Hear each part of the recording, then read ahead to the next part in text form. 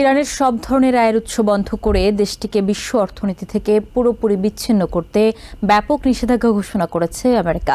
সোমবার ওয়াশিংটন ডিসিতে আয়োজিত সংবাদ সম্মেলনে ট্রেজারি সেক্রেটারি স্কট বেসেন্ট এই ঘোষণা দেন। তিনি জানান, ইরানের ডিজিটাল সম্পদ, প্রযুক্তি, স্বর্ণ, বিমান চলাচল ও শিপিং এই 5টি খাতকে নতুন নিষেধাজ্ঞার আওতায় আনা হয়েছে এবং নতুন নিষেধাজ্ঞার তালিকায় ইরান সংশ্লিষ্ট 60 ব্যক্তি, প্রতিষ্ঠান ও জাহাজ রয়েছে।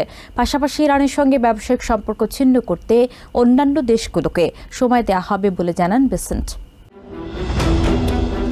ইরানের সব ধরনের আর্থিক লেনদেন এবং আয়ের উৎস বন্ধ করে দেশটিকে আন্তর্জাতিক অর্থনীতি থেকে পুরোপুরি বিচ্ছিন্ন করতে সর্বাত্মক অর্থনৈতিক অভিযান শুরুর ঘোষণা দিয়েছে ট্রাম্প প্রশাসন। সোমবার ওয়াশিংটন ডিসিতে এক সংবাদ সম্মেলনে অপারেশন ইকোনমিক আউটকাস্ট নামে এই অভিযানের ঘোষণা দেন treasury secretary Scott Bessent. Today we are launching Operation Economic Outcast to foreclose every other option available to the Iranian regime. তিনি অভিযোগ করেন, প্রায় অর্ধ শতাব্দী ধরে ইরান উপসাগরীয় অঞ্চল সহ বিশ্বের বিভিন্ন দেশের বিরুদ্ধে হুমকি সৃষ্টি করে আসছে। তাই ইরান যাতে কখনোই পারমাণবিক অস্ত্র অর্জন করতে না পারে তা নিশ্চিত করতেই এই পদক্ষেপ নেওয়া হয়েছে বলে উল্লেখ করেন তিনি।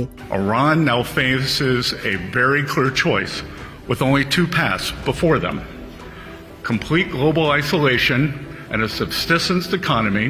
বেসেন্ট বলেন, এই পদক্ষেপের অংশ হিসেবে ইরানের তেল চোরাচালান এবং নিষেধাজ্ঞা এড়ানোর সবগুলো পথ বন্ধ করতে ট্রেজারি ডিপার্টমেন্ট কঠোর নীতি প্রয়োগ করতে যাচ্ছে। এর মাধ্যমে ইরানের ইসলামিক রেভলিউশনারি গার্ড কোর এবং দেশটির শাসক গোষ্ঠীকে অর্থায়নকারী প্রতিটি আয়ের উৎস বন্ধ হবে বলে দাবি তার।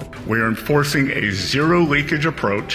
There will be no minimal breathing space for the regime to rebuild its capacity to inflict terror.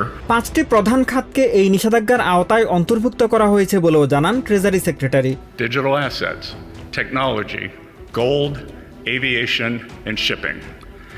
These measures broaden secondary sanctions risk. তেহরানের সাথে অর্থনৈতিক সম্পর্ক ছিন্ন করতে অন্য দেশগুলোর প্রতিও আহ্বান জানান বেসেন্ট। পাশাপাশি কোনো দেশ এই নিষেধাজ্ঞা অমান্য করলে কঠোর পরিণতির হুঁশিয়ারি দেন তিনি। That they should be prepared to face U.S. sanctions, and no one is above this. We are going to hold. ইরানের সাথে অর্থনৈতিক সম্পর্ক ছিন্ন করার জন্য প্রতিটি দেশকে নির্দিষ্ট সময়সীমা বেঁধে দেওয়া হবে বলেও জানান Bessent. Any entity that facilitates money laundering on behalf of Iran will be removed from the U.S. dollar system. The clock just started ticking.